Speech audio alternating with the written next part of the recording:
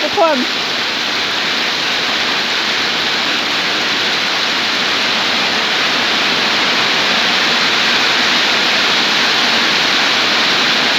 น้ำไหลแล้วลงแห้งเกือบ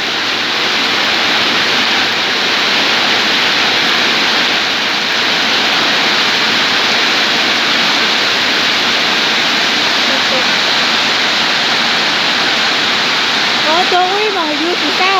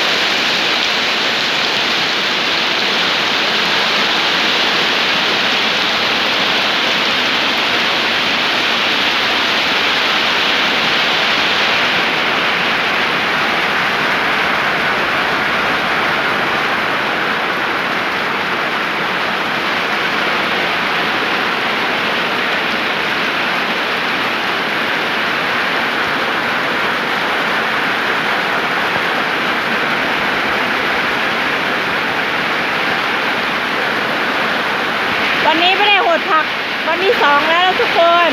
เพราะว่าฝนตกเนาะน้ำขังแล้วพี่น้องน้ำสิไหลแล้ว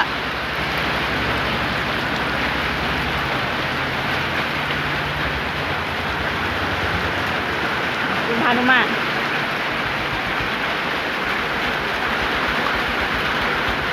แล้วพี่น้องมาแล้วจากฝนมาแล้วมาตะหน้าบูฝนมา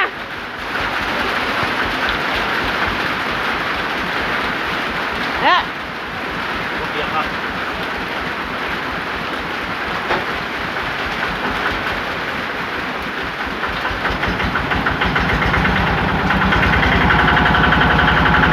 ยกดำใ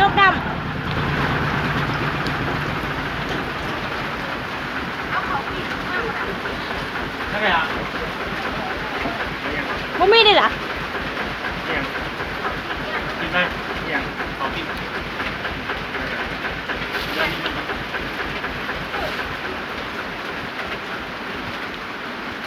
แล้ว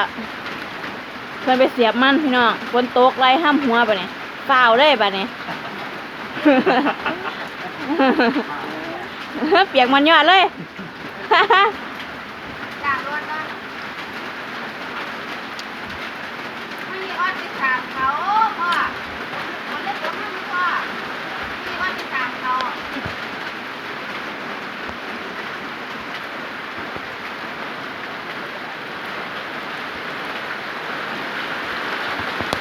ฝนตกลื่นมาอีกแล้ว